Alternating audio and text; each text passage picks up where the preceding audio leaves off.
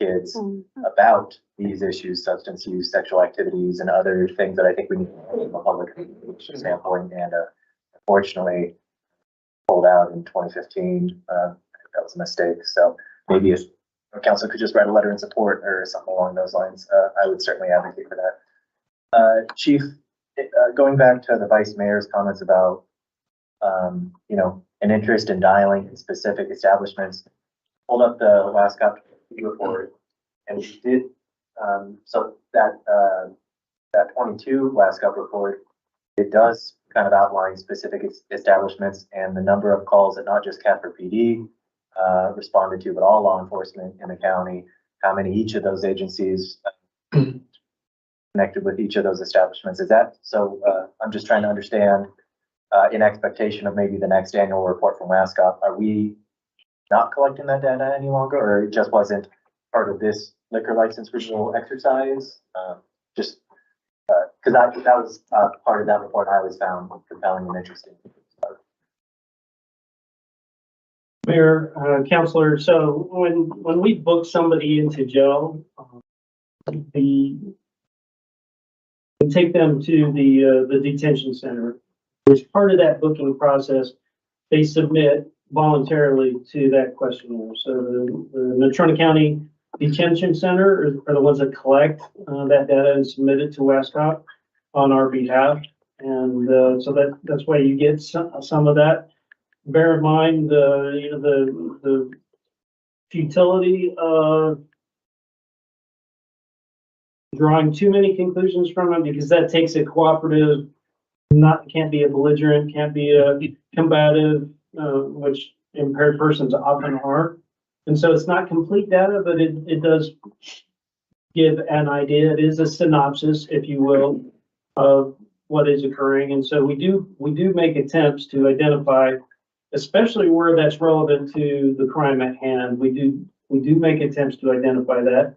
That report is generated by the Natrona County Sheriff's Office, and the data that I give you today is pulled from our own records.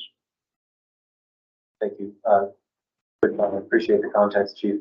Looks like the last one was published April 23. Does that mean we could expect the next WASCOP report here in the next couple months? Mayor, Councilor, absolutely. There, you know, that is a primary function, one of the main goals and tasks that WASCOP is taken on. So they take pride in delivering that report, and I believe you can anticipate it then, although I have no information one way or the other on it. They seem to be very consistent with it.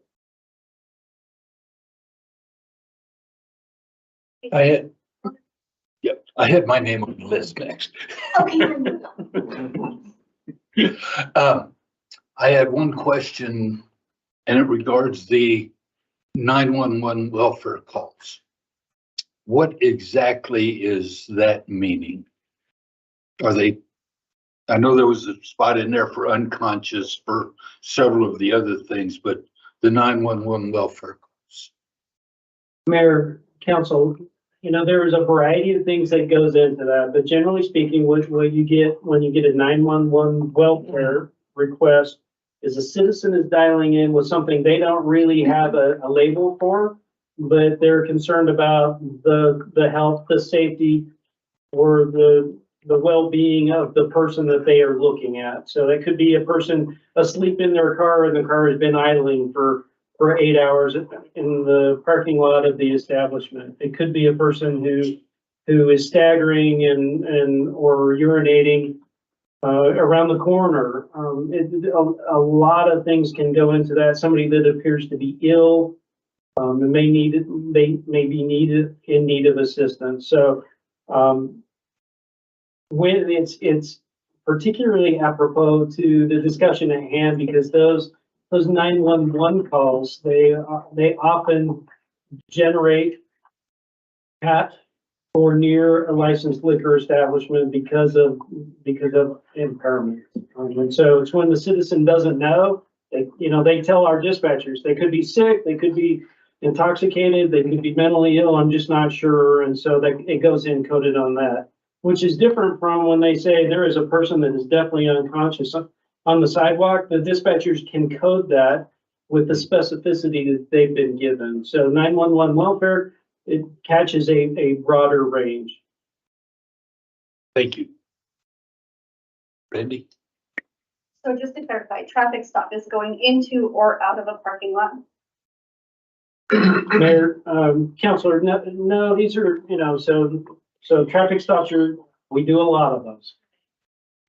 I just did the statistics on just one officer and the sheer volume of traffic stops that officer does, is really speaks well of the attention that we're giving to traffic safety and public safety in our community. A lot of traffic stops happen and it's so voluminous that I did not make an effort of deciding how it came to happen. So it, generally speaking, is either directly in front of or emanating from or actually on the premises. So it could be just a common citizen driving by. It could be a patron of an establishment. So it's possible, say Albertsons and there's 73 may or may not be as accurate as if you're pulling me over and I pull into a liquor store. That seems less likely. So say Alibi, picking the A's here. Alibi's 10s, or they've referred to us to assume that's probably definitely Alibi, but maybe Albertsons 73 is not all. Mayor, again, a very astute question. So, what you have to do, and there's no way for me to scrub this data. It's too voluminous for us to justify, but you would have to, let's take Albertsons located at CY and Poplar. That is a main intersection, a main thoroughfare. So anything that happens in that, the chances of them in that intersection, with all of that traffic flow, the chances of them pulling into the first convenient spot being the large Albertsons parking lot is going to offset that parking lot. So when it comes to the main box stores, the main grocery stores, understand that you got to take these with a small degree of a grain of salt. The number one originator of calls for service at a licensed liquor establishment is a Walmart. But we're going to get sent there on a lot of different things. And so that's why we have tried to eradicate the ones that we can, to the best of our ability, say, look, that just isn't going to be the problem.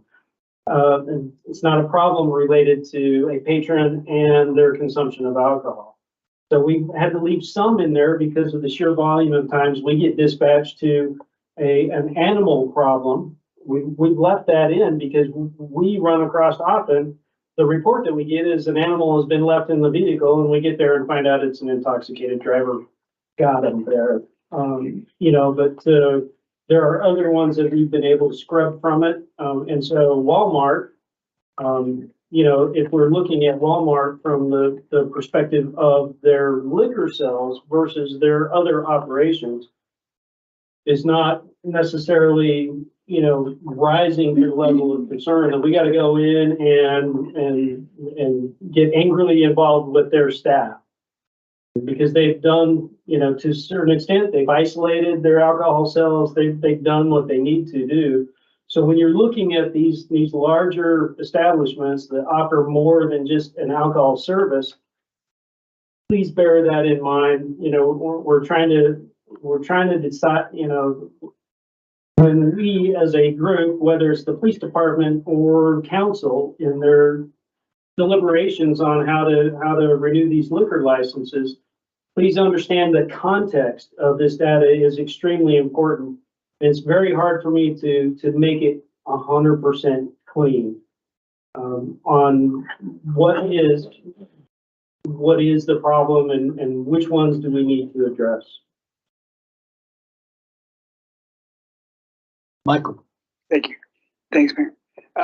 Chief, I just want to, is this a good time to ask questions about the compliance survey or the compliance summary? It's all open, or? Mayor, I didn't know if you had to go through that, or. Thank you for reminding me that I completely glossed over that. That's okay. Some years ago, council passed an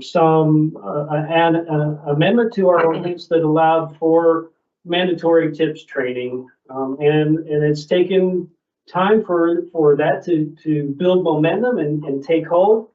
But without question, I stand before you today extremely pleased with the performance during 2023 of our local licensed liquor establishments when it came to their performance during these compliance checks. The decrease in those is demonstrative, and they should be congratulated as a whole for doing a much better job this year of identifying minors attempting to purchase alcohol and thwarting that attempt. So the huge decrease that I glossed over that, but a significant win. That is a significant victory for us, which makes us wonder what is behind this increasing trend of intoxicated minors.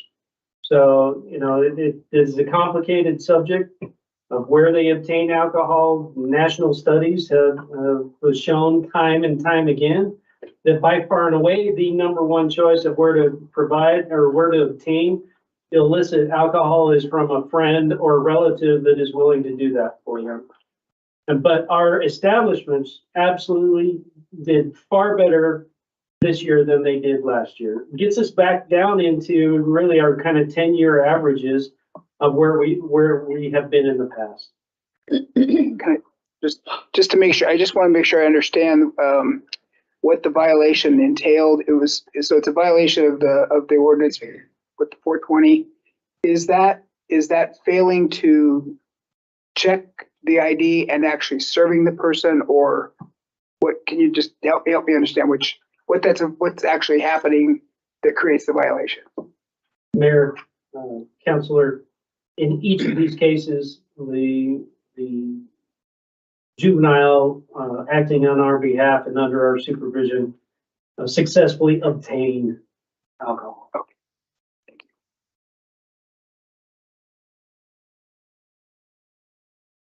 you. Mayor, if I could, it's also important to note that unlike any of the years we've had in recent memory, this is the first time that we didn't have repeat offenders. So the ones that we got on the first session did not reoffend on the second session. That's an important win. So that means the education efforts, as the officers are conducting those operations, not only do we meet with the staff, we congratulate them when they pass, we deal with it when they don't, but we're also checking their server training records. We're doing all of those things. I would submit to you that this is a great example of legislative efforts can impact public safety, can impact the public health and welfare. This would be a good example of a successful amendment to our ordinances, and it's starting to bear fruit. Before I get to you, can I go to the city manager? I can wait. You can wait? Oh, yeah. There are two more. Okay. Okay, go ahead then, Lisa. I was just curious what we as council could do to help you to further help reduce some of these DUIs for minors as well as the rest of that. I'm sure that you have a list of some ideas that possibly, whether you have them right now or want to share like in an email or something, but I would be interested in hearing maybe what your thoughts are of what we could do to help reduce these numbers further. Mayor, Councilor, that's a good segue into part two of this, and so if I can address that, but I want to make sure that we've finished the questions on the statistical report. So, where were you headed? Okay, then we will go to Carter. Did you have something about the report? Yeah, I had my hand, but yes. I'm sorry, if it's about the report. Yeah. then- Well, it's about the youth. It's a question with the underage minors that are drinking that you're picking up. As far as, do we do like awareness? I know we used to do that. Kelly mentioned something, and I guess I'm not even aware of that program that you asked the governor about, but do we offer SAD or, students against drunk driving? Do they do those kinds of programs still, like more so like in the middle school reach level before they get to high school? Mayor, Counselor, we participate in an abundance of things that, so when we do come across a Yeah. minor, a juvenile, that is in possession of alcohol or been consuming alcohol, those enter into our single point of contact, and they are dealt with in a holistic way. And so they make efforts to, and so many of them will find themselves participating in a program to help educate them a little bit better. When it comes to the schools and the programs available to the students, that is something that is occurring that happens under the purview of the school district, but my SROs participate in those when they're provided the opportunity to do so. And I think it really boils down to the individual principals at our local schools and their allocation of their resources and the time that they have available to conduct things like this. But my school resource officers participate, if not lead those discussions at the school level when they're allowed to do so. Which just seems obvious, sorry, as a pull-up, that would be where you start. So if the school district could do programs like that, it seems like it would help the effort that you're trying to make on all of it together. Thank you. Anything else on this statistical report? You're up, Mr. Thank City you, Manager. Mr. Mayor, no problem. The thing that chief that I often struggle with when I look at calls for service and so forth pursuant to each location is the discernment that it takes to understand if the place of business is being a good citizen by letting you know when there's problems, or when in fact your involvement on a frequent basis is actually because they're a problem business.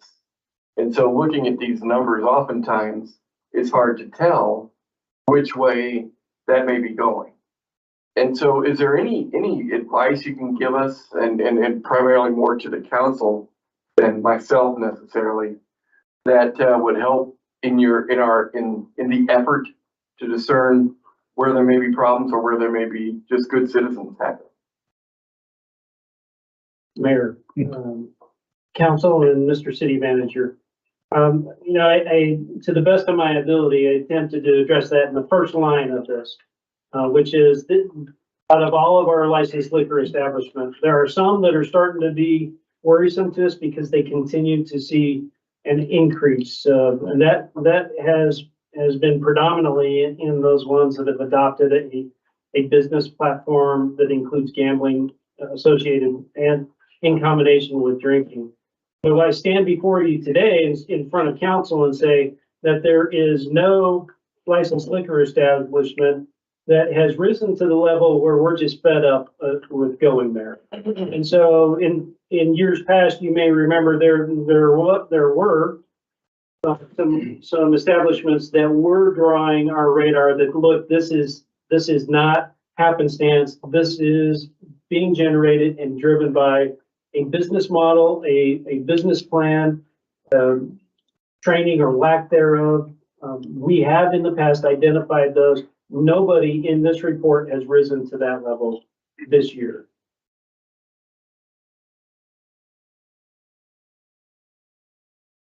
Okay, very good.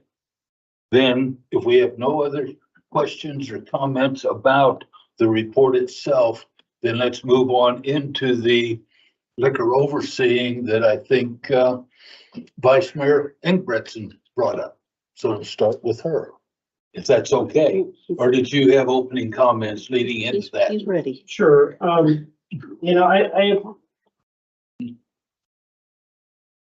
have been studying the relationship between alcohol and crime now for over 30 years. I've reviewed, I don't know how many research papers. There is a long track record of showing that legislative attempts can impact public safety and the public welfare and the cost of living and the quality of life. A little bit of legislation goes a long way when it comes to the harms that are caused to society by, in this case, alcohol. So there is the opportunity there to do that.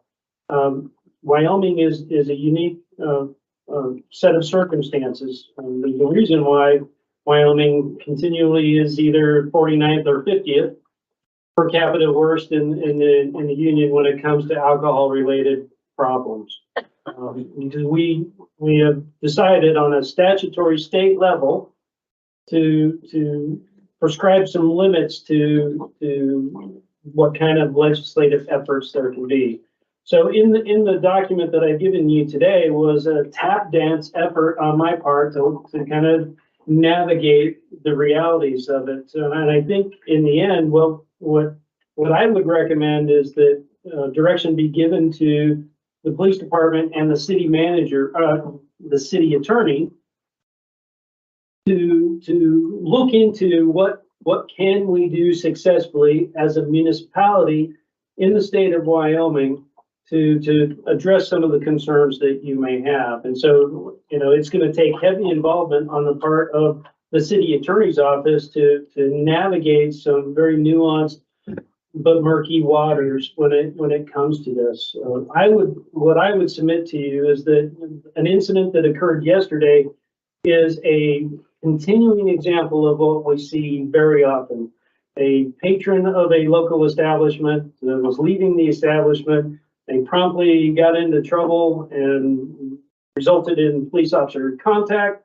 They were found to be at .20. Where did they get intoxicated?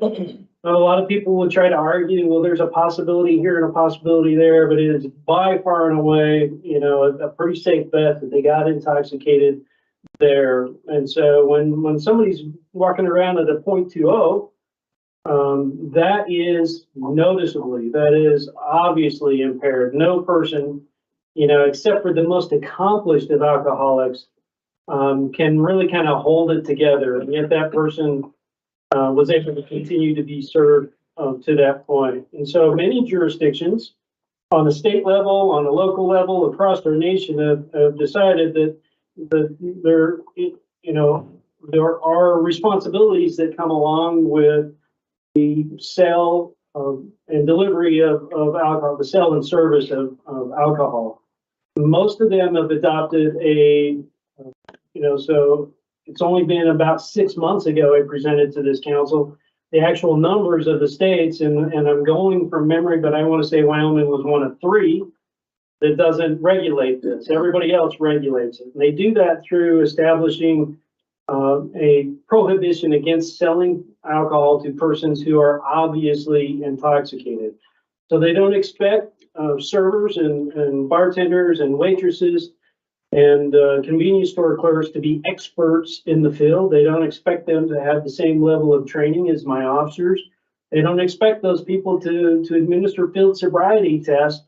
But what the heart and soul of all of that legislative effort boils down to is the person that is so readily apparent that any layperson would immediately be able to say, crap, that person's intoxicated.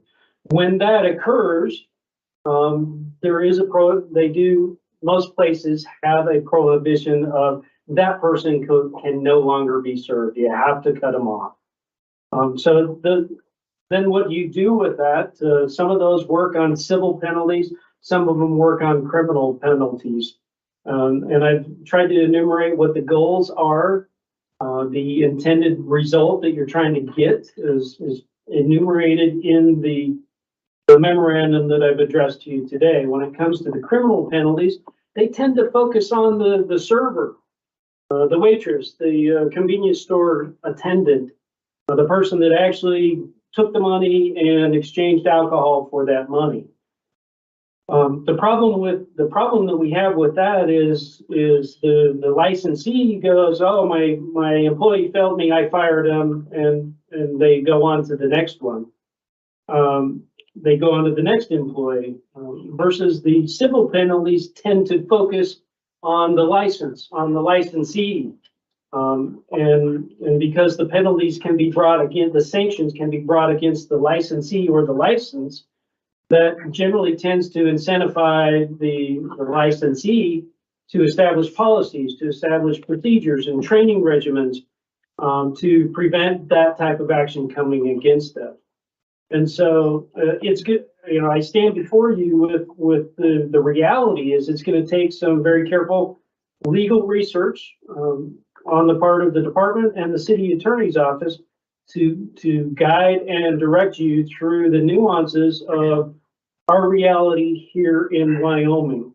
And so all you have before you today is a hope that you may find that it is worthwhile to give that direction for us to begin that research in a meaningful way to see if there is the avenue for us as a municipality to bring regulations that can help with this problem to bear on the issues that we're facing here in our community and these very disturbing trends that we are having across the board when it comes to these crashes, comes to these DUI offenders, the minors that are obtaining alcohol.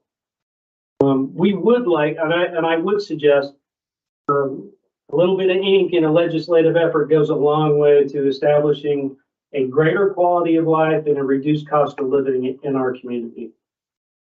Now, I'm not sure that I, again, understand that I am walking a careful line here. I don't want to overpromise and I don't want to underdeliver because this is an extremely complicated issue. But that is, we're kind of the opinion if council is so inclined to look at these occurring trends and give us direction that we're on board with moving forward as a municipality, and we're going to be happy to try to provide answers to your queries.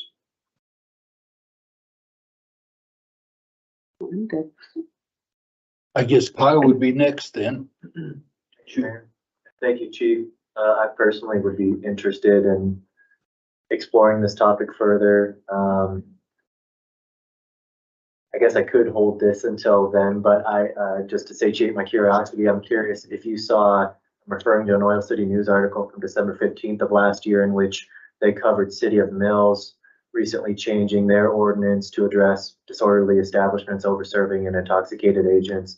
Looks like they may have even borrowed some of the language from our ordinance, if I'm comparing them correctly. But I was curious if you had followed that effort, seen that effort, consulted with Mills. Sounds like it was in response to the new ownership at the Beacon. Was it sounded like their primary reason for following through with this ordinance changes? But was curious if you had any thoughts on that ordinance they passed, if you see potential for us to adopt some of that, or if you think it's essentially, the same ordinance. Just curious on your thoughts. I thought it was timely considering they just passed. Mayor, Councilor, I am not tracking the statistical benefits that have come from that. I'm not tracking it.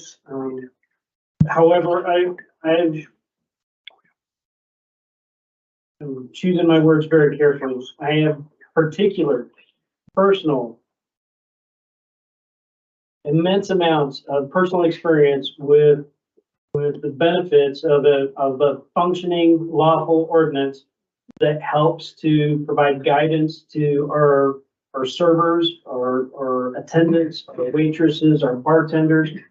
I stand before you today saying that when we are able to do that lawfully, in accordance with the law of the land, we can and most likely, very likely will receive benefits from that. I tell you that those types of ordinances work. When we say that any person should recognize that person should not be served anymore, not only does it stop the continuing service, but it engenders the conversation of, okay, they can't be served anymore. Now what do we do with them? And it engenders the conversation of how to get that person home, how to get them home without police interference with a belligerent, intoxicated person that is now causing the ruckus and causing us to get dispatched to it. It engenders the mindset on the staff and the patrons of, okay, we got to do something with Bob or Shirley. We got to, not only do we got to get them home and we got to not let them drive. We receive magnificent benefits when we regulate this common sense approach to it. It is particularly difficult given the construct of our state statute. Thank you. Di, you'd be next. Thank you. So I just realized I didn't ask the question I feel like I should have just about, I mean, I think it's clear we've got some concerning trends here. Do we have any information or do you have any information about how our real numbers compare to other communities? In terms of how all of this looks for Cheyenne, for instance? Mayor, counselor, no, but, I deal with our reality but I can tell you that as a state, we are chronically in the worst of the worst. The reason is because we have dragged our feet adopting sensible regulation of these things, whereas other states have moved forward.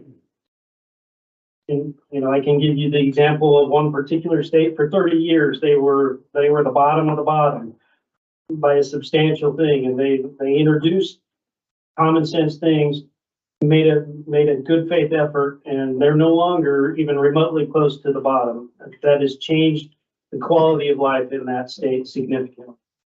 It's not through dramatic. It's not through making things so onerous that our businesses are like, I can't, we're closing rather than deal with this.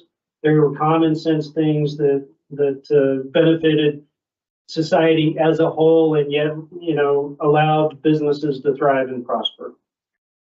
But it absolutely does bring to the forefront those that insist on a business model, a business plan that puts profit ahead of public safety.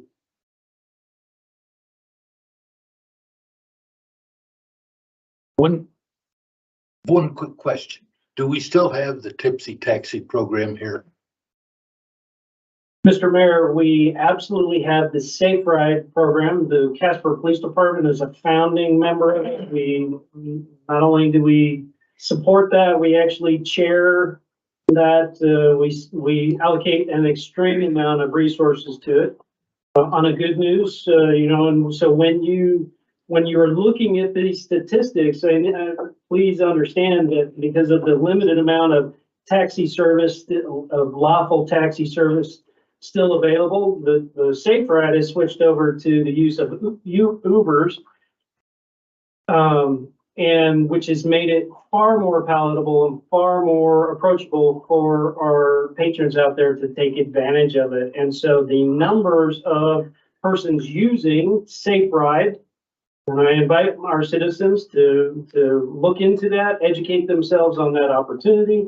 And certainly our bartenders, our waitresses, and our servers and our waiters to remember that we have this opportunity when they identify that person that should not be driving, to get them that ride home. It's safe, it's private, it's convenient, and it's working. But ever since we switched to allow for the use of these rideshare programs, the use of Safe Ride has risen dramatically. Even so to the point without council having supported Safe Ride through their 1 cent allocation to the nonprofits, we would be underwater at this point because the use of it has gone up dramatically. Were it not for this council and their allocation of those resources, we would be in serious trouble throughout Natrona County. Thank you for that. That was what I wanted to hear. Thank you. Think you had something? Yeah. Oh, and then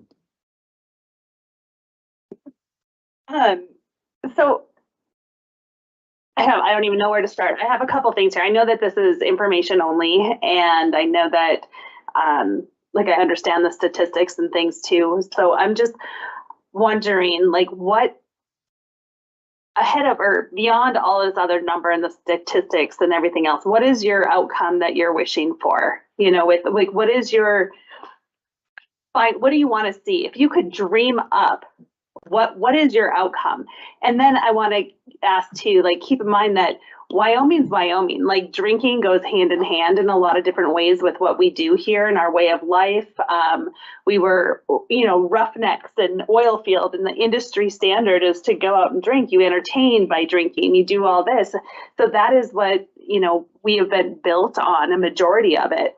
And so there's that. We're also a Western town where anything Western cowboy way of life typically, revolves around beer. Rodeo does, football games do, there's a lot of instances like that. So without giving more restrictions and putting more rules on people, that is our Wyoming way of life. So how do we do that? And I don't think that putting more regulations on those people is going to help the situation. I see it hurting it more. But if we spend our time and our resources, just like you said, on more ways to make sure that people are getting home safer, make sure we're educating our younger children better on the effects of what alcohol can do in your life effects. If we had a different approach to it, I think it might be absorbed a little more easier in the community. But like, what we have to know, like what the picture is in order to get there, like the end result. See? Was that- Mayor, counselor, loaded question. Yes. It's a legitimate question. If I was granted dictatorship for the day, Right. I can assure you what the end goal would be. Every time we have a DUI tragedy, every time somebody is injured, every time somebody is killed, every time a child is abused by an intoxicated family member, Mm-hmm. every time my officers get dispatched to that intoxicated person, Mm-hmm. every time that incident of domestic violence happens with intoxicated patrons, the data on this is conclusive. 50% of all homicide victims were legally intoxicated at the time of their death. 60% of the offenders were intoxicated at the time that they did that. So what I'm trying to paint for you is there is an economic cost that you can actually put your finger on for each of these events. So when I arrest the domestic violence offender who went off on a bender and the wife and kids said, enough, quit acting like this. And because that person has a diminished capacity to know right from wrong and make a decision based upon the possible consequences of their actions, they resort to violence. We end up arresting that person. They don't show up for work tomorrow. Now the work now has to call in somebody less trained to fill their job.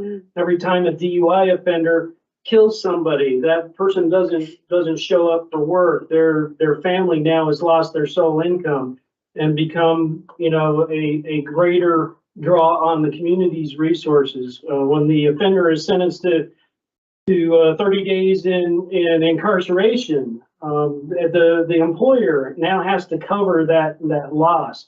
Every one of these has an impact on our quality of life. Every time a DUI offender crashes into 4 cars on Cottonwood Street, that comes into a insurance claim, and the insurance companies don't go, crap, we are going to lose this money. The insurance company goes, it's more costly for us to insure people in Casper, so we're going to raise everybody's rates. So when we fail to regulate these things, what you're asking for is increased medical expenses, increased life insurance, health insurance premiums, increased home insurance, increased auto insurance, businesses draw increased expenses. The end result, increased expenses in the schools. My officers go to these homes where the intoxicated parents are having a dust up, and we end up reporting back to the school, hey, these 3 kids are going to come to school tomorrow, but they had a huge traumatic event. Please be kind and patient with these 3 children because they went through something last night.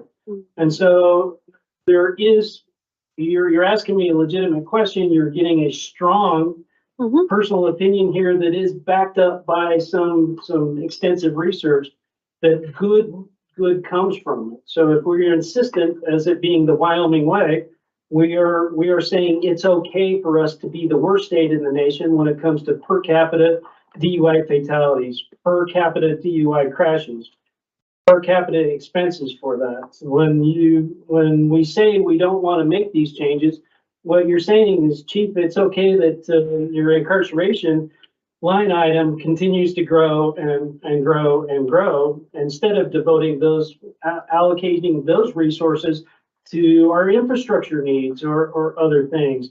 So I would tell you the end goal is to improve the quality of life in our community and reduce the cost of living. And a little bit of legislation goes a long ways to achieving those two goals. Thank you. That's what I wanted. Passion and all. Thank you. Very quickly, to answer in ultimate whatever her question, you would love to see 0 alcohol-related police calls.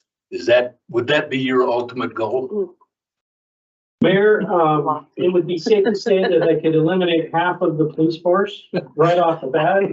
We could save a lot of money. That's not and healthy our for the incarceration economy. bill would probably decline 80%. You know, Not What- trying Be out to of be a funny job, or anything, just but like that that's where one man you'd who love got to see it. arrested. And I I would too. understand, but I feel the need to qualify, Your Honor, that the Casper Police Department and me, on a personal basis or in my official capacity as chief of police, is not advocating for prohibition. I'm not advocating for unreasonable legislation. I am not trying to shut people down. But I am asking for a partnership with our community and a partnership with the purveyors, those that are engaged in this industry, to partner with us to achieve public safety goals, and to do that through common sense ways. I think, we've gone through this, this is gonna be the 7th or 8th time that I've had the opportunity to discuss these opportunities with the associated councils during my tenure. And the TIPS program that we worked hard to establish is starting to bear fruit for us. That is gonna that over time, that's gonna continue to bear fruit in greater amounts for us. Those are the types of successes we should be trying to emulate and maximize. Sure. I thought I would ask. Mr. City Manager, you had something? I think the chief captured my thought, with his last statement there. Very good.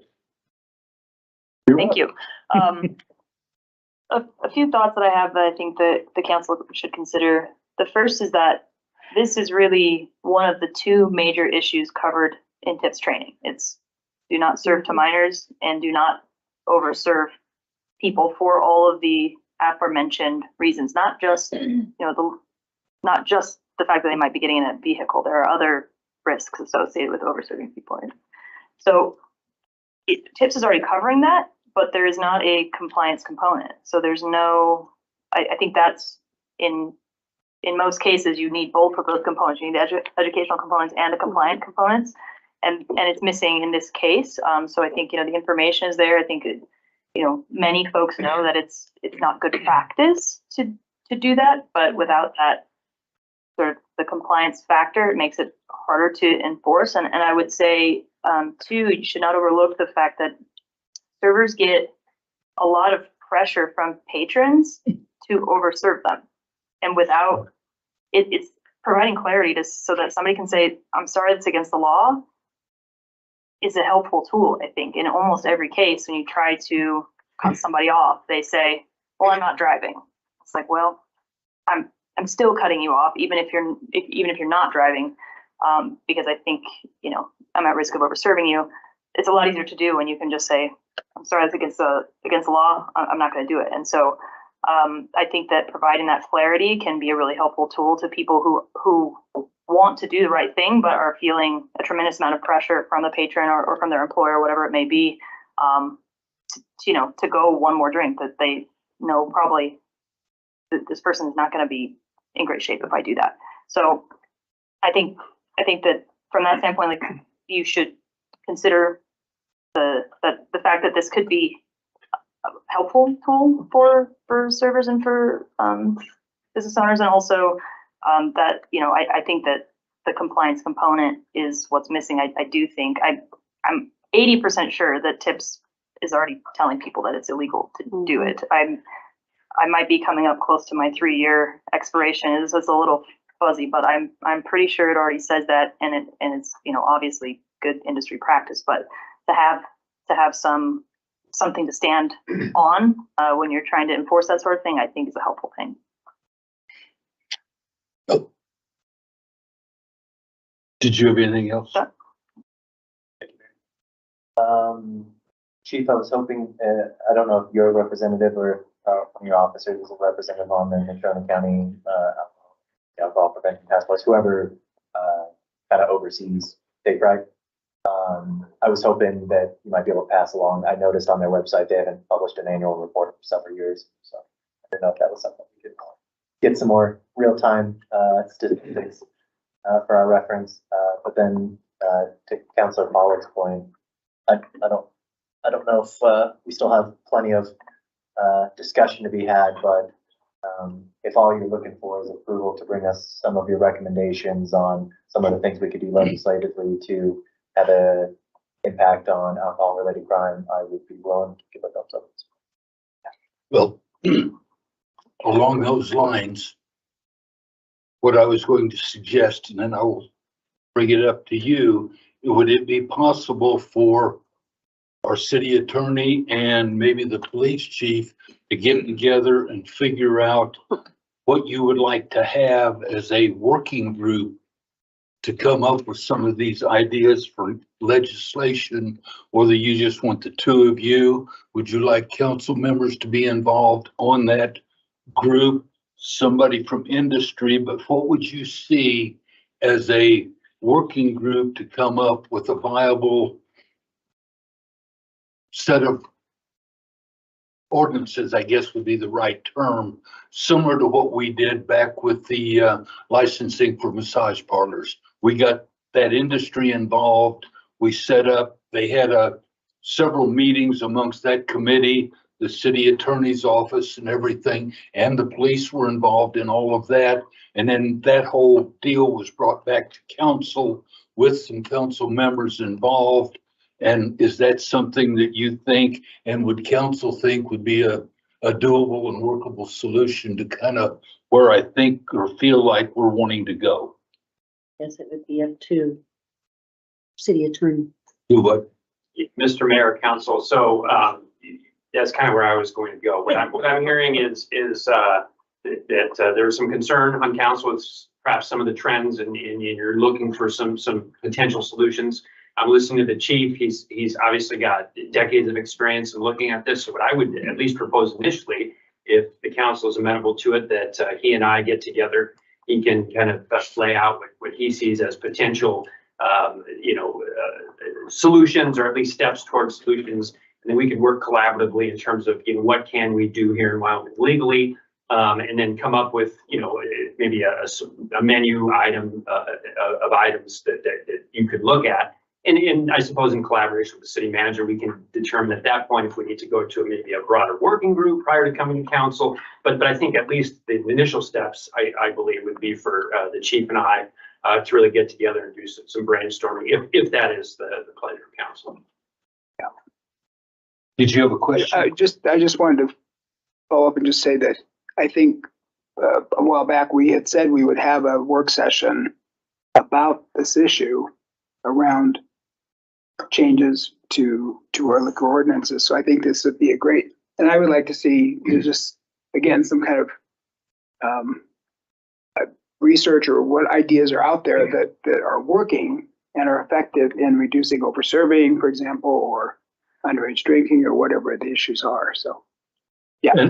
And I would think that basically what our city attorney had said, between he and the police chief, they can go ahead and brainstorm, come up with some ideas, and then bring it back to another work session to go over all of that. Is that? Nope. Yes. Sorry, I'm the thumbs upping that, and I'm just like maybe request or another comment, but I think that you're already thinking about this in terms of menus of options, but in addition to legislative options, it does seem like there's a big opportunity here that is public health related, public safety and wellness, and on the prevention side. And so I'm not sure what the evidence shows in terms of programs that actually help engage youth in a productive way in not a way that sets them at the opposition, but helps us get ahead of that bellwether trend. And so I don't know how to incorporate that, but I guess my request or a suggestion is just to consider whether or not there are others like from our public health department who might have helpful advice or input on how to kind of make this a holistic approach and include prevention as well as enforcement. So.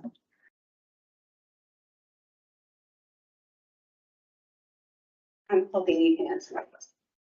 So now that we've established what we're going to do with the grown-ups, what are the repercussions currently, the maximum that we can do for someone who gets caught contributing to minors? I know that there is a lot of family members and friends, but I also am deeply familiar with the fact that you can buy booze in a school parking lot from Snapchat from a complete stranger. So should a person, do we have something in place where we could incentivize said minor to turn in their buyer, or what are our current consequences for said buyer? Mayor, Counselor. I'm not trying to malign the amazing and wonderful state in which we live. Wyoming's amazing.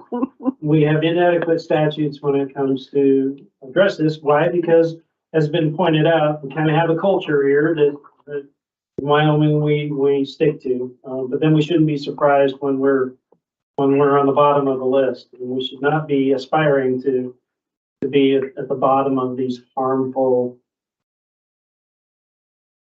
expensive problems. And so there's not real good statutes for contributing to the delinquency of a minor. There are statutes that come to play on it. And we do, you will see in our arrest records and our booking records, we are enforcing that to the best of our ability. You brought up a bunch of different scenarios and the permutations of this. Is, you know, our ordinances aren't necessarily keeping pace with the, you know, the door dashes and things like that. They're not really keeping up with that. And so, and that's not necessarily the fault of this body. Things are happening and it kind of takes that incident before people go, oh, you know, we need to do something about this. The whole goal, and if I could just go back to the earlier question, what are we trying to get to? We're trying to prevent that tragedy before it happens. Because I assure you, when that DUI driver was drinking at the establishment, then runs the red light and kills 4 teenagers on their way home from the prom, the discussion in here is going to be more forceful. It's going to, Chief, you will do this. Chief City Attorney, you will draft that. You know, historically across the nation, states and local governments have responded to those tragedies after the fact. And so what you're hearing from me is, hey, let's contemplate this up front so we can prevent those tragedies. So we don't, you know, let's prevent them before they happen rather than respond to the tragedy after it's happened. So I kind of dodged your question. Yes, there's an abundance of opportunity to improve our state statutes. And that is an uphill battle in our state legislative bodies. And the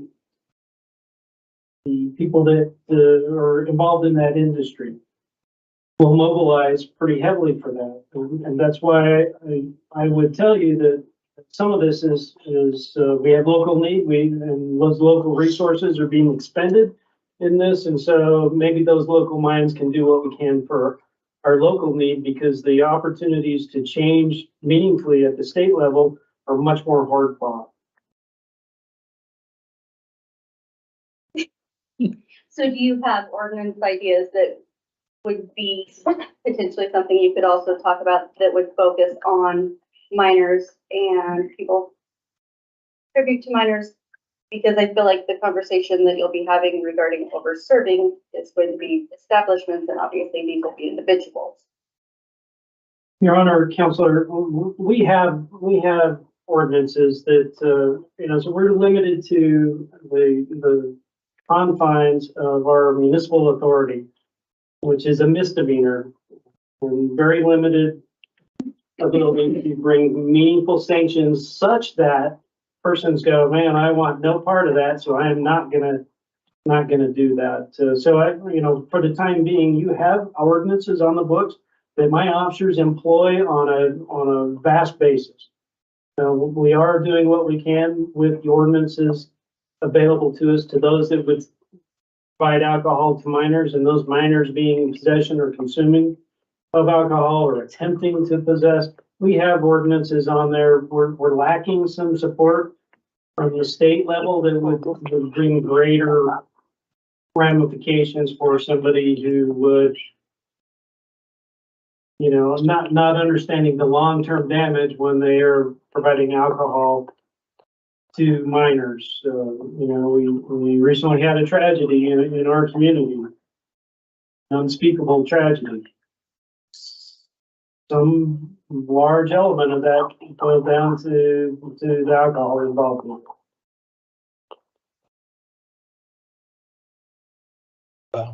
Thank you, Mayor. To Councilor Haskins' point, as far as giving alcohol to minors, City Ordinance 5.08.420, sailor gift to minors prohibited. It does, that does seem to be our ordinance. It probably employ in those cases of minors in possession. My understanding is that municipal ordinance can be more prescriptive than state statute. We can't be more liberal, I guess, in regards to alcohol laws, but we can be more conservative. And so if it was the interest of council, do we not have the authority to, that city ordinance that says you can't give to anyone under 21 unless such person is your legal ward, medical patient, or a member of his or own immediate family? If it was in the interest of our council to do so, could we not remove that portion of the ordinance and fine someone up to $750 even for giving it to someone's kid? Do we not have that authority? Your Honor, I'm, if I may, Counselor, I'm gonna render a comment here, but you can see your city attorney is chomping at the bit. It is not a safe declaration that cities can always be more restrictive. In fact, our state statutes often put proscription on what cities can do. That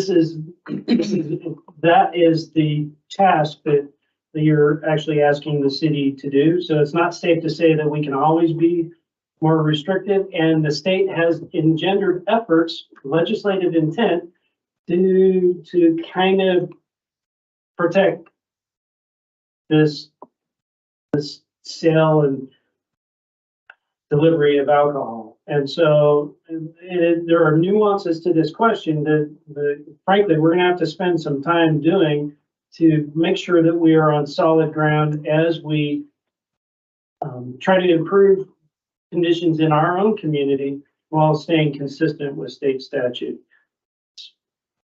Mayor, Council, so I would echo pretty much what Chief said. I think it is a very nuanced area because you have to look at state statute, what the intent is. It's not always clear whether they've completely proscribed any ability of the municipality to legislate in a certain area. And then that really brings into this whole concept of home rule, right? And so that is, I think, a very unsettled area of law in the state of Wyoming. When I've had occasion in the last year to look at that, there is a bevy of cases that seem to indicate that municipality only has those rights which are delegated by the legislature. But then there's another theory that says, no, we have some rights that are just inherent in the municipality's existence. So the long and the short of it is very nuanced. And so I think what we would need to do is look at what we're trying to accomplish, take a look at state statute, state constitution, and case law to ascertain whether or not we feel there's enough solid ground to move forward.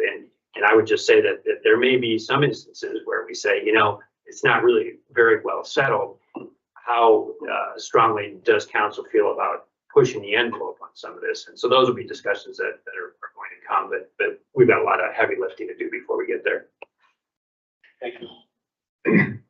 So I think it's probably time that basically, as I had asked earlier, are we all in favor of going ahead and setting up for the city attorney and police chief to put some ideas and potential ordinances together and move forward? Looks like we've got that on the agenda. So thank you for all of your input, chief. We appreciate that. Thank you, Mr. City Attorney, as well. So now it's time to move on to Billy. Do we need a 5-minute break? I mean, don't go through without your 5 minutes. It looks like it, so we will take a 5-minute break. So, Good point. everybody hurry. Good job, Brad. I'd like to.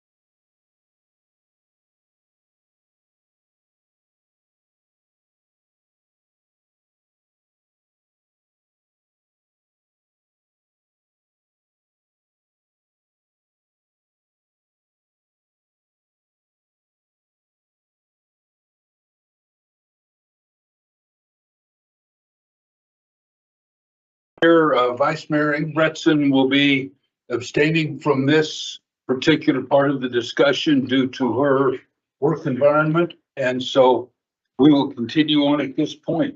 Mr. City Manager. Thank you, Mr. Mayor and councilors. Council requested that we have another opportunity to visit about the utility billing ordinance and the provisions that staff is proposing. As council is aware, a lot of the question and discussion has revolved around a singular principle. But we are prepared to talk about any of the principles. I know that former Representative Sweeney brought up a number of questions that dealt with a number of the provisions that were included in the draft proposal. And so I have a lot of confidence that Jill could walk us through any of those as well. So we're open to whatever direction council would like to go tonight. But as far as staff is concerned, we didn't really prepare a particular memo or, you know, guiding documents that were any different than what you've already seen. And so be aware of that, in that we weren't really sure what council wanted to open up and address tonight. Very good. I guess question would be, could we initially go over what the new proposals would be and the timelines? Because I think that's been one of the major concerns from some of the property manager landowners is, when will we get notification of delinquent accounts?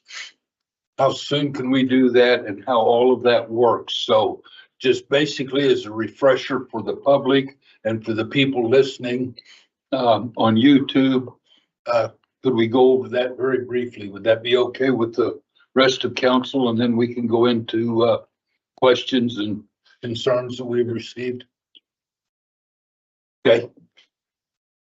Thank you. And I feel much more comfortable with Jill walking us through that than myself. I was expecting that. Mayor, council. So a few work sessions ago, we did provide this part. I'm going to go through it again just so that there is a good understanding of how we do things today and how this will change with this ordinance. And I hope that that's kind of what you're looking for. So we talked about when a bill is first issued. So typically it's for the 30 days prior. So it'd be the consumption of water, plus you also have your sewer charges and your trash on your bill. So it's not just water, but it's the utility. So we issue the bill. You have 30 days to pay it. So at the 31st day, we send you a delinquent notice. Just before that, you'll also get a phone call. It's like an automated call that just says, hey, your bill's coming due. Just be aware of that. So if you haven't paid it within that 30 days, on the 31st day, you get a delinquent notice. At that point in time, you get a $20 fee. So if you still don't pay it, you go another 15 days. So you get at 45 days, you're going to get another phone call just before we shut you off. So again, there's been no payment up to this point in time. So you've got your original bill, you get a phone call, you get your delinquent notice, you get a charge, you get another phone call, and it says we're going to come out and shut you off because we have not received any payment. In the meantime, you also, after 30 days, you're going to get another bill. So you got your first bill after 30 days, no payment, delinquent notice, but you get another bill for that last 30 days. So you're accumulating all of these charges. So once we shut you off, we give you another 15 days beyond that. So at 60 days and there's no payment, we have not heard from you, we would close your account. At that point, if we have a deposit on file, we would go ahead and apply the deposit. You would get a bill for anything that's left over. If there's extra money there, we would refund that back to you. If there is additional money that we need to collect from you, after we close your account, we actually send you to collections at that point. So when we look at the new way we're going to do this, if the ordinance is as proposed is changed, We would still have the first part is the same. So you still get your bill, after 30 days of usage, you get your bill. You still have 30 days to pay it. That has not changed. At 31 days, you're still gonna get your $20 fee. You're gonna get a delinquent notice, but at the same time, we are also going to send the delinquent notice to the property owner or property manager. So there is that notification at that point. They do not owe anything at that point, being the property manager or the owner. There's nothing that says that they need to pay it at that point. It is still the tenant's responsibility. So, from there, you still do our phone call. And then at 45 days, we disconnect the service. We shut you off. Again, we are going to be, working with the owner if they call in and say, hey, I don't want to have any more charges. I want you to disconnect the service and I want you to close the account. We can do that based on what the property owner wants to do. Property owner, property manager, I'm going to use those terms kind of interchangeably. So they can do that, and that would disconnect and stop all charges at that point. So, if they do not do that though, we continue to have additional fees. So, the process goes ahead and continues. So there's still no payment at 60 days. If the owner has not told us to disconnect anything or close the account, at that point, we do close the account. We apply any deposit that is on file. If there is a balance left, it goes to collections, but at that same time, we would send a notice to the property owner, property manager that the bill is now due, and it would go basically to them to pay it. That's the process. And that's the differences in the two processes. And I'm happy to answer any questions about that. Kyle? Thank you, Mayor. Thanks, Jill. Of course. Thanks also for emphasizing the component of fees, like delinquency fees and shut-off fees. I've talked to quite a few people that have, taken the total amount of write-offs, divided it by the number of people that we're talking about, and, they're wondering why the math doesn't line up, and that's because, they're not taking into account all these additional charges that end up accruing over time. So I think that's important to put that into context. My question is, the proposed amendment, sorry if I'm getting ahead of your presentation of where we were going with this, but one of the questions I had was in regards to a handout we got at the last meeting. I believe it was Pat Sweeney that gave it to us on behalf of someone he had talked to. But they receive, they're a property manager or owner of a multi-unit residential complex, and the automated calls that they get notifying them of a delinquent bill do not designate which unit is delinquent. They have 30 units, and the robocall doesn't sound like it delineates or designates which one it is. What potential do we have to improve that process? It sounds like if it was more clear to the property manager or owner which unit was being referred to, that would be a huge improvement in communication. So is there any potential to, those automated calls, can they be more specific, or is there another solution in place? So unfortunately, the automated calls is a script. So, and basically, in order to make it for each property that we are calling about, we would have to do a script for each one. So there are too many to be able to do that. The other option, this is something that we did quite a while ago before we did the automated service, is have people physically call and talk to somebody instead of doing the automated calls. So that could be another potential option for connecting with people who are doing this. I guess there'd be a fiscal note attached to that. That would be fine. You gotta pay someone to make those calls, and if we're not currently doing it, that would be additional expense. So we've been using current staff. So we being customer service, actually partner with the water department. And if there's somebody who is available, that's typically the problem is if there is somebody available, we can ask them to do that, but we don't always have people available to do it. So it's not a consistent thing. I'll follow up if I could. And I apologize, were you gonna go item by item kind of through the proposed amendments, or is this kind of an open free for all? I do not have anything prepared. I'm happy to answer whatever questions you have. So in the proposed amendments, we're obviously considering making landlords or property owners responsible for those delinquent bills in the instances that we can't collect from the tenant. I'm curious why it's not a proposal as part of this amendment to ordinance that, we've discussed the fact that other areas around the state don't even let tenants put utility bills in their names. Why is that not one of the proposals from city staff? Great question. I think that has been something that council has talked about. So,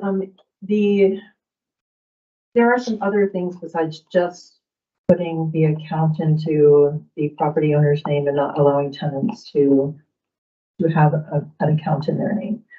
So when I talked to the city of Cheyenne, and it's not actually the city, it's they have a utility board that does their utilities.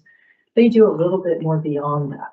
So not only do they not allow the tenants to have anything in their name, but they also go a little bit further in that if the property is vacant, they still have a bill. So there always has to be somebody active on that account, which is not something that we do here. We did not feel that going to that extreme was something that would be of interest to the council, but we can certainly look at that if you are wanting to go that direction. One last follow-up, and then I follow this. I'll shut up.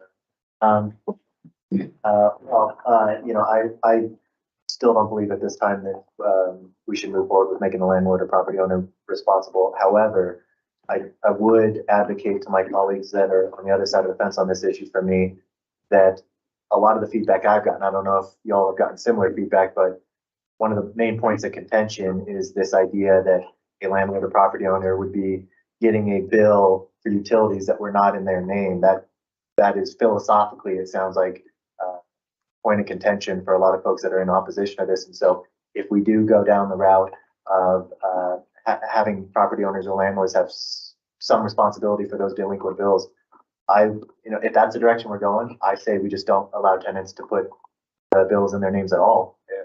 That would be my recommendation, because I think that would make it a little more palatable for some of the folks that are opposed currently. Jai? Thank you. Yeah, I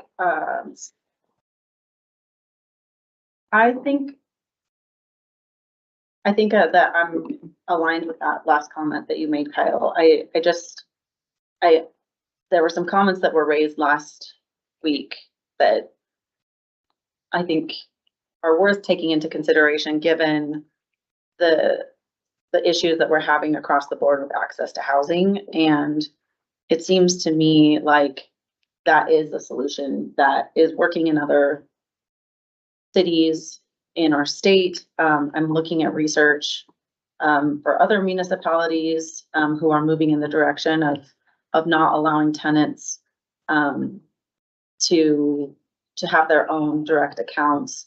There are some who offer a duplicate bill to go to the tenant, so they see what they're spending every month. But I think if there's a concern that we're going to be increasing the cost of accessing housing with those initial deposits and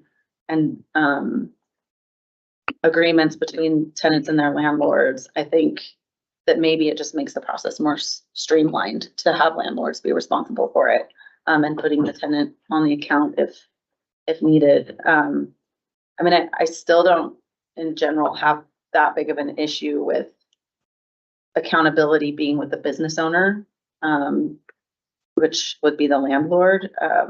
But I don't know, in terms of weighing options, there is precedent for it in the state in high rental communities. So that's something that I would definitely like for us to discuss or consider, at least as a pathway. I gave this a fair bit of thought after my no vote, and I think I'm still in that position on an element of this. I believe that there are a number of elements of this amendment that we should support and that we should move forward. Most of them, in fact, and I think philosophically, I don't have a lot of heartburn with making the landlords have the ultimate responsibility for those delinquencies. However, I have real concerns that whether it ends up dramatically negatively impacting landlords or not, I think that there is a concern from that group of folks that it will. And so I think that they will take actions to protect their interests through, you know, increased rents or deposits or whatever mechanism they might use. I think I've just heard from enough folks that have a high enough degree of concern about how this is going to impact them that I think they will implement these measures immediately. And I think that that will probably happen before we have a good way to prove our case and say like, hey, see, it wasn't that bad. Nothing really bad happened and we're getting our bills paid and that sort of thing. I don't think we're going to have that opportunity. And so I think that for me, the trade-off is not there necessarily. I think that there's, you know, there's obviously a case to be made that these other ratepayers should not be responsible for these delinquencies, but there's also, I think, a case to be made that there are other costs that could there could be impacts that are costly to our citizens in other ways if, in fact, we do destabilize more folks in the community who are right on the cusp of you know, of being housing insecure and or folks that may be close to being able to get into housing and we throw another barrier at it. And so to me, it's trade-off question, and that I'm not sure that the trade-off is there. I'm not philosophically opposed to taking this action, but I'm concerned about the other impacts that we may not be considering. So I think I would advocate, I'm comfortable with the proposal that you two had, but I think I would advocate for a slightly different approach in that we adopt all of the parts of the ordinance that do not involve the landlord taking eventual custody of the delinquency as a first step, and get the communications in place, all the other mechanisms that have been set up in here, and remove that sort of final, we're going to send you the final bill. I think that alleviates the concern that I've heard from nearly every landlord or property manager. And we do that as a first step to see if they're able to impact positive momentum with that group of folks in getting some of those bills paid and opening lines of communication and giving them visibility into some of those delinquent accounts.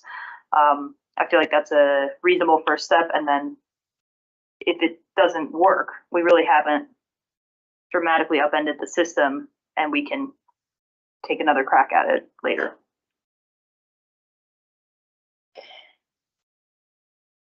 I'm going to kind of throw my 2 cents worth in along these lines.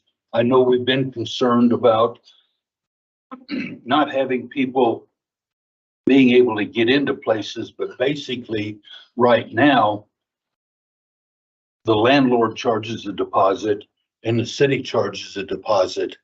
If we wind up then taking it all, or I should say the tenant pays a deposit to the city and to the landlord. From the tenant standpoint, if it all goes to the landlord and they raise their deposit, that becomes a push from the city because they aren't paying a deposit to the city. So from that standpoint, I don't see how that affects a person getting into a particular property. And as I've stated before, if they are a reasonable landlord, they should be, if it were my business, I would be checking with the utility place to find out what those bills were for the last at least 12, if not 24 months. I would then add all of those together, which would take the dry months in the winter, the irrigating months in the summer, should average those out, similar to what the gas company does with their winter guard billing, to where you get a constant bill all year long, which would average that out, which would then go into the price of the rent.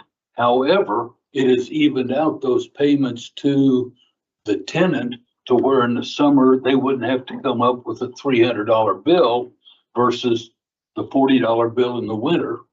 also, it should be giving the landlord then, by them paying it, is that, hey, tenant, I need you to go ahead and water my growies, water my grass. I want my property kept up. I don't want you to run it down because you're not gonna pay it because you don't want to pay the $300 water bill. So that's my 2 cents worth. And I guess I would go along with, let's turn it over to the property owner and move on. That's my 2 cents worth. Now, Randy, you would have been next, because I wrote myself down on the list as well. So the Did you part want- that I On here, find that, well, just about the only part that I was uncomfortable with, we had discussed that the tenant would still go to collections. And then if there was any recovery, that would go back to the owner who had paid the bill. That is correct. So with that part, I'm not fully comfortable with the last part. Expenses and commission for the collection agency would need to be paid by the owner. That said, if we do put the bill in the owner and or owner and tenant, it's in the owner's name, then that kind of takes away my concern there because they're not going to allow it to go to collections. So I do feel like I like the idea of it being in the owner's name, because that takes out the one thing I was concerned about. And if it comes down to an owner raising a deposit versus us raising a deposit, either way, it is going to increase that deposit for someone to move in. So in regards to that, if it's in the owner's name and we don't charge a deposit, at least there's that much where we're not the jerk who upped the deposit because they had bad credit score.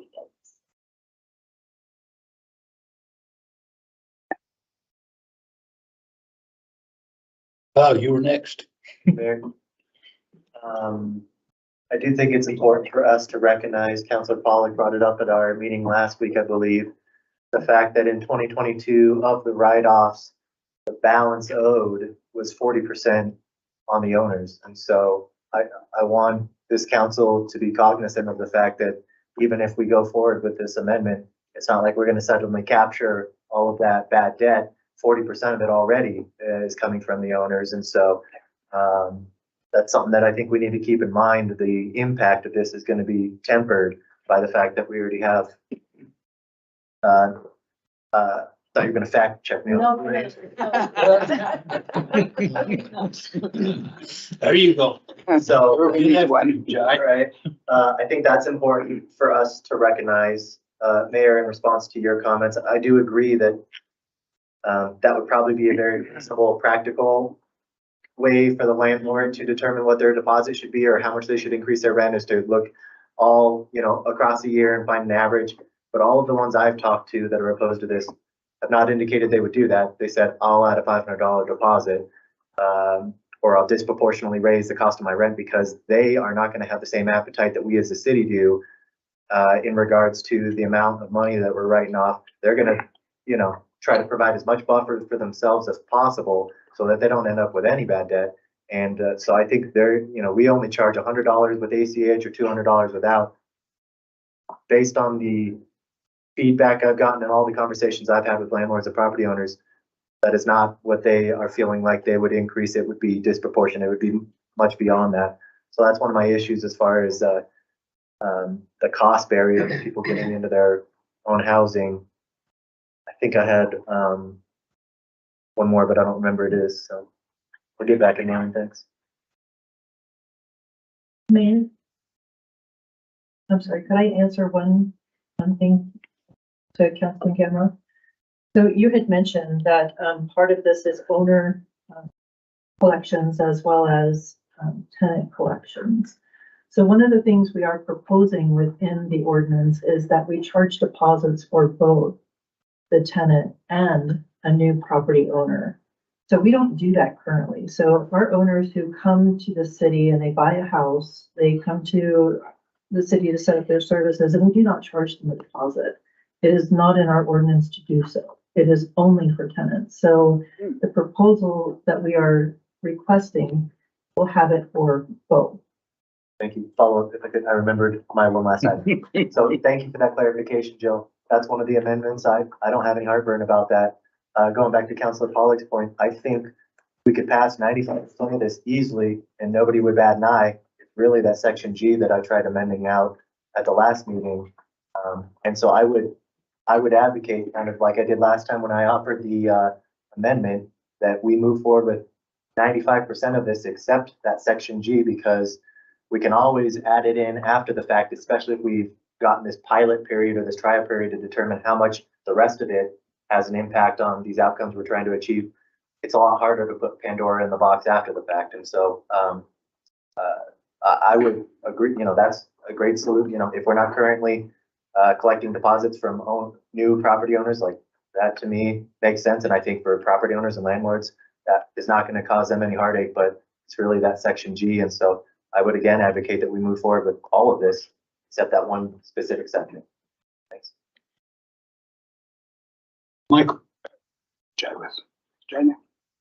you were next on my list. Okay. Okay, thank you.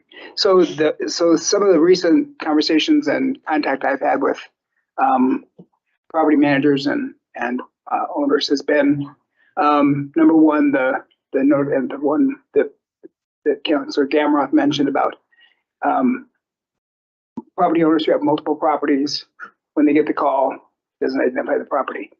What I'm kind of leaning toward now, and given the fact that most property owners, if they're renting multifamily dwellings, they have one meter, so they have to divide it up anyway. What we're talking about mostly are property owners and landlords who have single-family dwellings, homes, where the tenant has the water in their name. They have all the responsibilities of maintaining the property. One property manager said that she tries to address that in the lease and making the tenant responsible for the upkeep of the property in the lease. And if you don't, you're defaulting on your lease, basically.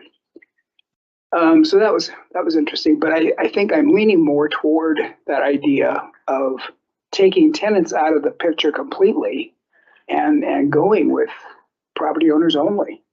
I almost feel like that would resolve, and given the fact that 40% of our debt is still property owners, that would eliminate the 60% of tenants.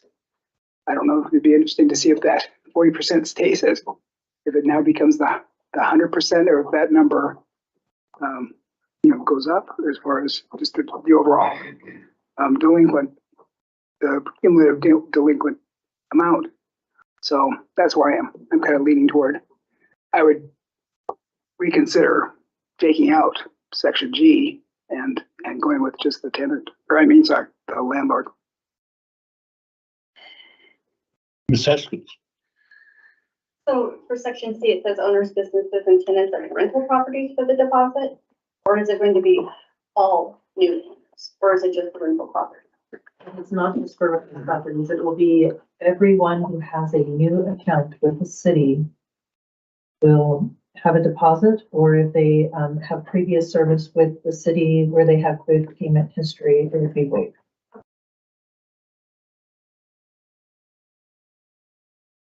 So if I understood that right, if I move from house A to house B as property owner, and I've been in house A for 5 years and have a good history, I wouldn't have to put in a deposit on house B. But if I move in from out of town, I have to put a deposit in. That there are a few criteria for that. So if you can produce something from a utility that states that you have good payment history with them, we would accept that as just like being here in the city and having service with us. So like if you came in from South Dakota and you have Black Hills Energy there and you've always made your payments on time, you could produce that and we would waive that deposit. Thank you. Mr. Pacheco, you are next. Thank you. I find myself in the inevitable spot that I'm a bit hawkish and bullish on this, that I don't supporting the city staff on their recommendation because they've done their due diligence, they've done their research, and I've talked to several other landlords, probably on the other side, that have supported this and understand. Some of them said that they can stomach this. They know that this is probably going to come down the pike and they're okay with it. I haven't had one person reach out to me. Now this may be opening the Pandora's box to me, asking me, yeah, saying, hey, this is not good. This is bad. This is going to come down the pike this way. So I'm not sure. And I struggle with it because yes, we know that they want to protect their interests. It's a business. We get that, but they don't have any problem. And these are the same people that don't have any problem for the government to have to take care of this, which comes back to the taxpayers, which has always been my talking point that I'm not going to back down from. That these are the same people that can consider themselves fiscal conservatives and want to be able to protect taxes and protect the taxpayer and the money that comes out. And I find it rich that they come out to say that it's like, well, we got to protect our interests. Well, the city's trying to protect the interests, which is the constituent that the people are not paying, should not be paying this. So it's very difficult, and I'm getting somewhat emotionally charged only because knowing that the city staff had done their research, had done their due diligence, and knowing that they came to a recommendation saying this, and I think that it's a catch-22. I'm going to support the ordinance as is. I'm open to some compromises, but I want to make sure the city staff knows that a council member here backs it 100% for what they came to, and they brought this to us. This is the 5th time we brought this to this table, that we've had the city staff bring this to us to have this conversation. They work incredibly hard and bring this information to us. And so I guess where I'm coming from on this is that you at least know one council member on here trusts you for 100%, which you guys have brought to us to this table. And so I just want to make sure you know that that's where I'm coming from. So I'm going to stick to my guns on this one.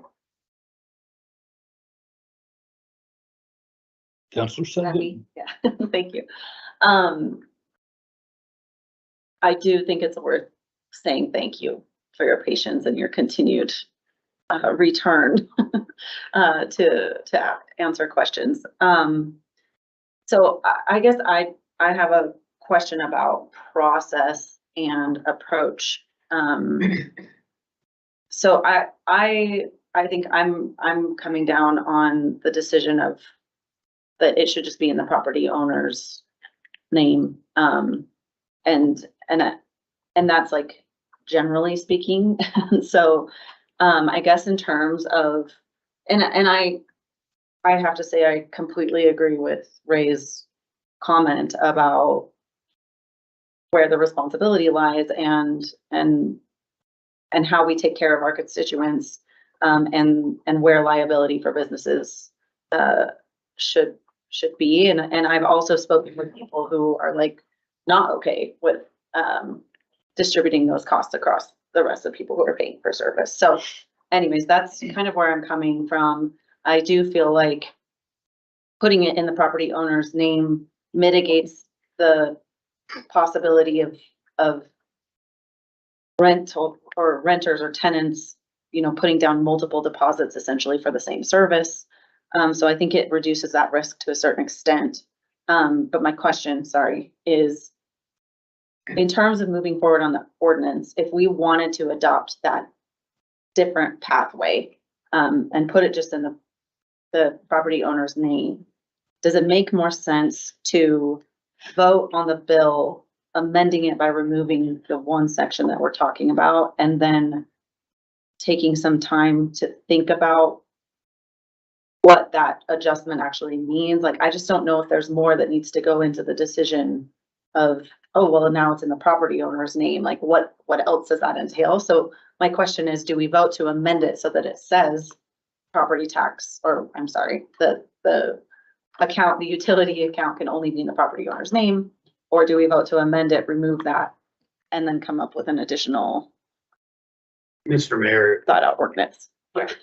Councilman, so what I've heard amongst this discussion are basically stick with the ordinance as proposed, and then there's 2 potential amendments. And so I think, and I'll turn to the city manager to correct me if I'm wrong, but the way I would approach this is between now and 3rd reading was take a look at the proposal, come up with some proposed language if it's the pleasure of council to propose these amendments. So you would have a couple of different options. Of course, part of that diligence on our part would be to take a look at the entire proposal to make sure that, for instance, if we just strip G out, does that have any ripple effects? And if we, change the wording there to make it just in the landlord's name, does that have ripple effects? I think that due diligence we can do between now and third reading, and then arm you with, that language. And then, of course, it would be a policy decision for council to make in terms of what, if any, amendments were adopted. So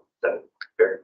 If you don't mind, Mr. Mayor, I think I would agree with the city attorney, in that, if we do have some time to prepare an amendment ahead of, the proposal to address an amendment, it does give it, at the very least, the council the broad opportunity to consider that language and consider whether or not it's appropriate to replace current proposed G with amendment G, if you will. And so I like that idea.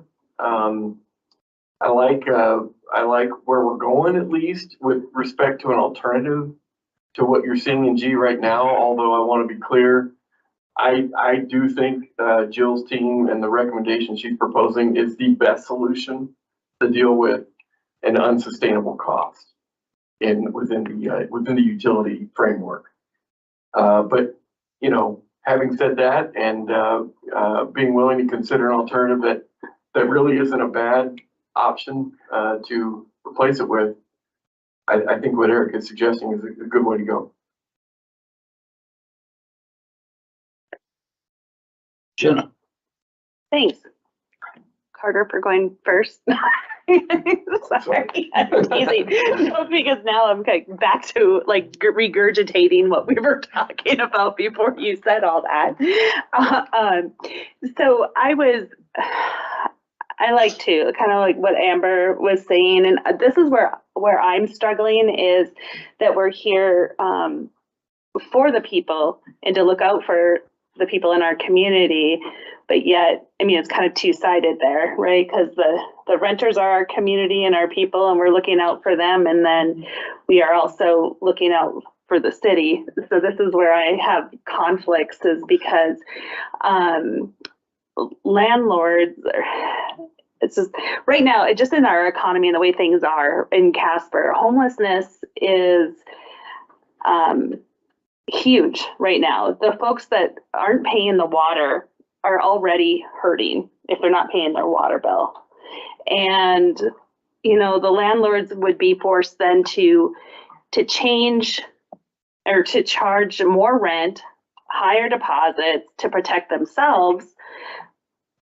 And it's already so overinflated that those tenants are going to have hard time coming across any rental that they can afford with those other higher deposits and everything. And so I just see it where it's going to probably increase the homelessness or put those people more in a predicament than they already were in. But so it's two-sided, and that's where I'm kind of conflicted with how to do it, because it just doesn't seem right to me in a sense. But I understand both sides, but we're going to be, the impact, like what Amber was talking about, might be greater than the outcome that we're hoping to achieve. And that is where I'm struggling. Anybody help me out? I'm gonna take a stand. Yeah.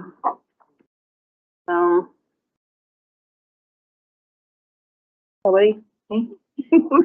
Amber? Carter, I agree that the recommendation that Jill's team has brought to us is the best solution to this problem. I am not disputing that. What I'm disputing is that there are not additional problems that are created via this solution. I agree with Ray. I think that we've had more discussion on this particular issue than most since I've been on council, but I also have had more citizen feedback on this issue than I've had on nearly any other issue also. And so I think it does justify time, because I really believe that what I know in a situation where you've got a tenant landlord relationship, the tenant is going to be the one that gets the short end of this stick, right? There's not going to be a landlord that leaves themselves vulnerable to potential negative consequences for their bottom line. So that will, I believe, get passed on. And the way I see that happening is that I see a scenario where if we keep the ordinance as is, the amendments as they are, I see a scenario where you have somebody who signs up for an account with the city, so they've got a deposit. They've got a deposit to get into their apartment, and that landlord knows that at the end of this whole deal, they might be on the hook for that utility bill, so they increase their deposit by $500 is something, you know, if that's what sort of what we're saying, like could be a few months worth of water bill, right? So they're paying our deposit, they're paying an increased deposit to their landlord, and now we've got this. It already costs that first month to get into an apartment, first month's rent, last month's rent, utility deposits. You have to have like $3,000 to $4,000 on hand saved up to get into a new place. So to me, any amount of pressure on that makes me nervous, because I think it's already such a huge pressure point for folks. So I agree that this is the solution to solve the issue of delinquency and writing off the delinquent bill that we are accumulating. What I don't know is the cost of creating further instability over here and what type of impact that ultimately ends up having on us, and if it offsets the benefit that we've received by being able to collect further on delinquencies. So to me, the reason I feel not particularly inclined to try that out is because I don't believe that deposit would reduce if we were like, didn't work, we'll change, we'll put it all in landlords' names or whatever it is. Like, I don't see a world where landlords then go back and say like, well, now that they changed that ordinance, I'm going to strip that $300, $400 away. Once it's built in to the system, I feel like it's going to stay in the system. So my concern to take that approach and then again try to put the toothpaste back in the tube, I prefer a more incremental method going this direction than trying to pull it back. One other thing I wanted to add, I would be uncomfortable supporting an amendment to put it in landlords' names on third reading. I feel like that's like a whole, I'm not opposed to that conceptually, but I think that's a whole, that we haven't heard what the public thinks about that yet, right? Like we've heard what they think about this, but in terms of trying to do that on the third reading, I feel very nervous that we would not get input until after the fact. And we might hear from just as many people about why that's even a worse idea than we had on this situation, or, whatever. I don't know. I just don't know what people would think of that. So I would be disinclined to try to make that switch in the third reading.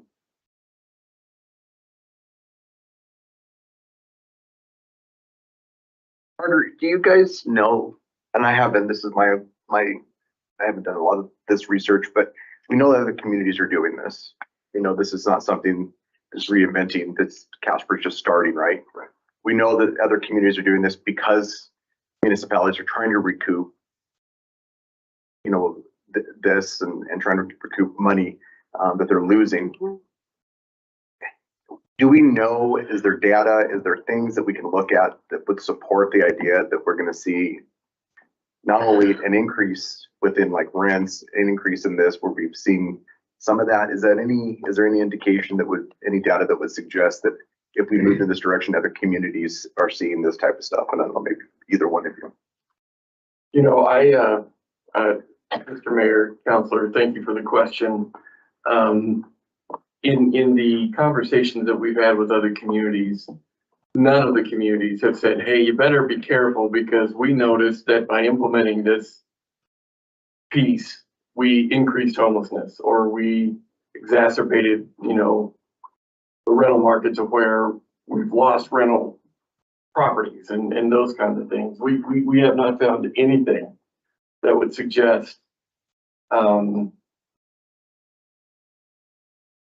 societal problems as a result of that particular principle.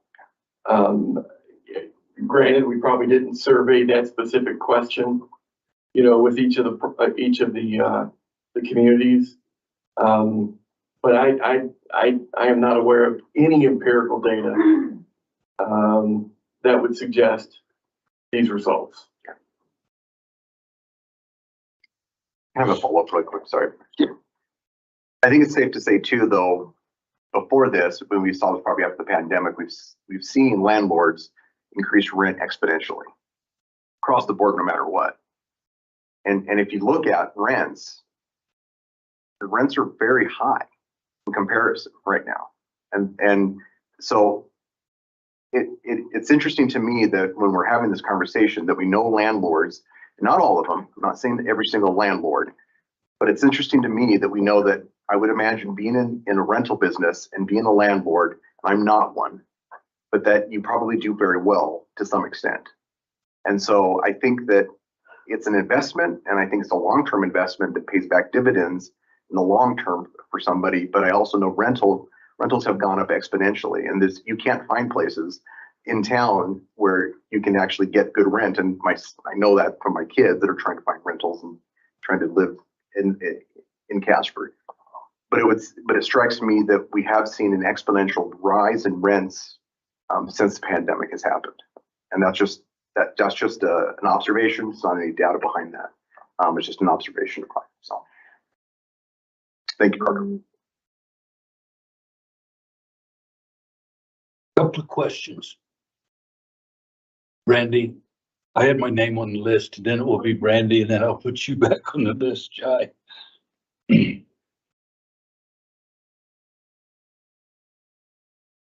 I look at this, as has been mentioned here, is that I do not feel it is appropriate for the rest of our constituents to be paying water bills for business owners.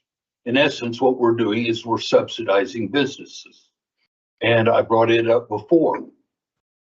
Councillor Pollack is in business. I'm in business for myself.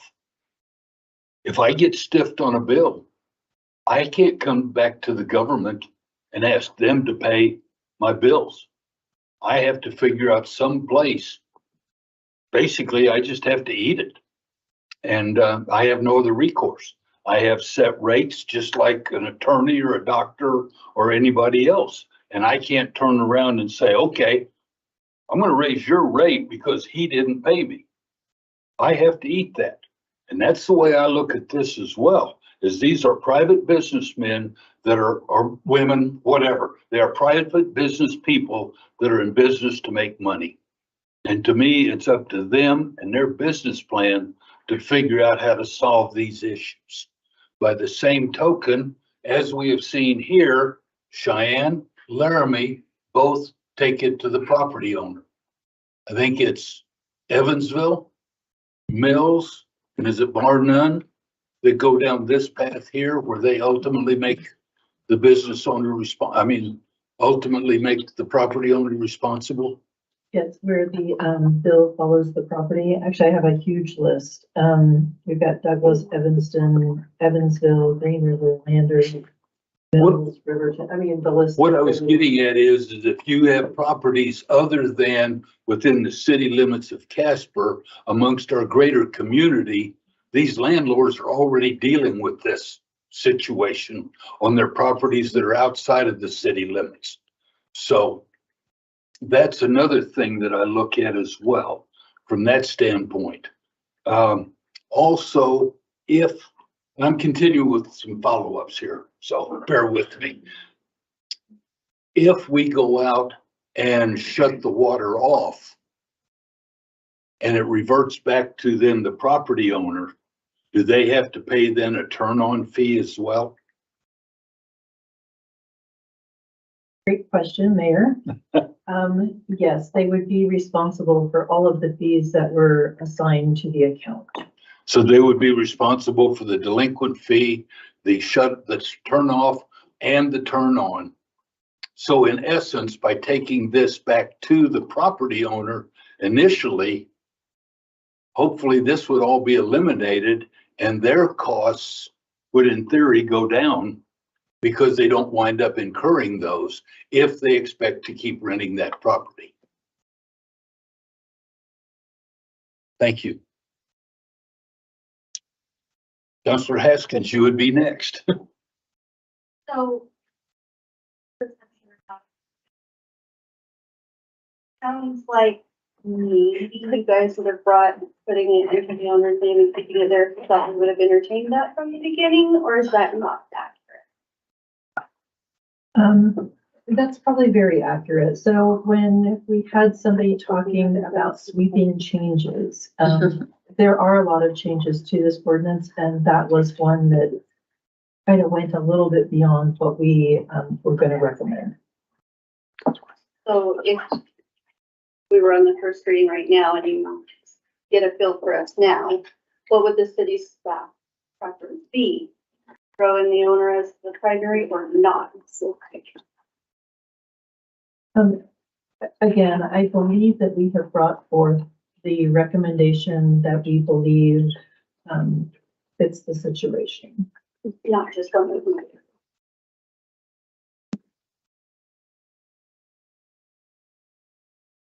Councilor Sutherland. Okay, I've been thinking about, Amber, what you said about passing that on third reading. I think that I get it, and I also don't anticipate property owners having much of a different perspective on that. I think my concerns about, I mean, it is a bigger change. I think the implications of that change are much broader. So I think my hesitation about just inserting that and then moving forward is that there probably is more like that we really need to take into consideration in terms of how that's implemented and applied. But I do feel like that's the way that I'd like to move forward. So I don't know what the choice is there, and maybe that's part of the work that goes between now and next Tuesday is figuring out the right approach. But I think, yeah, I think that that's probably the best way to go, to just eliminate the vulnerability on behalf of potential renters. So I don't think there's enough more for me to say on that.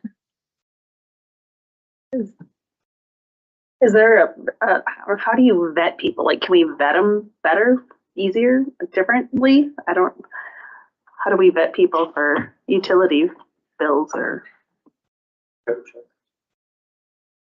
Harder. Mr. Mayor, I think one of the models that are out there is to go through some level of credit check.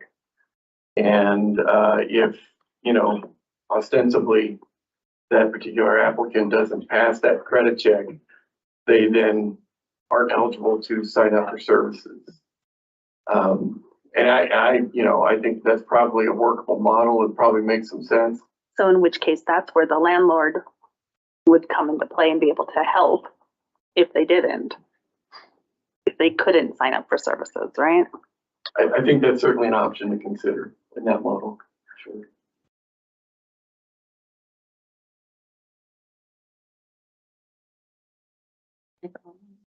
Sutherland. Sorry, I did have I knew I had like another part of that point. So I guess if we were to move forward on third reading, eliminate G, the amendment that you suggested last week, what would be the next, but we were curious, I don't know who all was curious, but wanted to suggest that we create an additional ordinance that then transfers our approach to putting it in property owner. Like, is it best to just kill the ordinance and rewrite it with the property, with the bills going to the property owner and just pass one ordinance? Or is it better to pass the ordinance as is without G and then work on another ordinance that helps us move in the direction of, and I don't know who answers that question, but I guess it's something for us to consider as council. Maybe our attorney has a perspective. Yeah. Just like process our operations question. I think that becomes a public question. Well, I can tell you, Mr. Mayor, Counselor, you know, killing the entire ordinance is equivalent in my mind of killing an entire budget over a controversial project Mhm, that might be included in the budget. mhm. So my humble request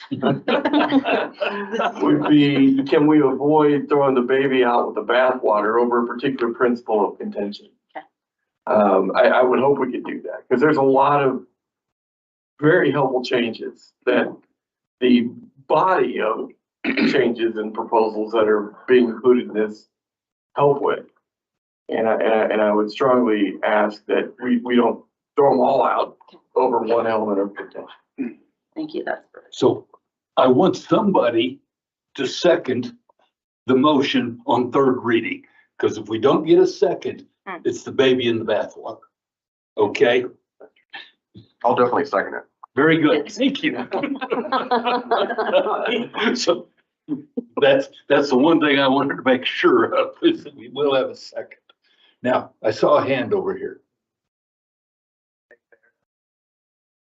That for it multiple times, but it sounds like maybe we're coming to a consensus that I think for the third reading, we should pass the majority of these with the amendment that we remove section G, not squeeze all the toothpaste out right at the starting line, but give Jill and her team most of what they need to start working on these efficiencies and start improving these numbers.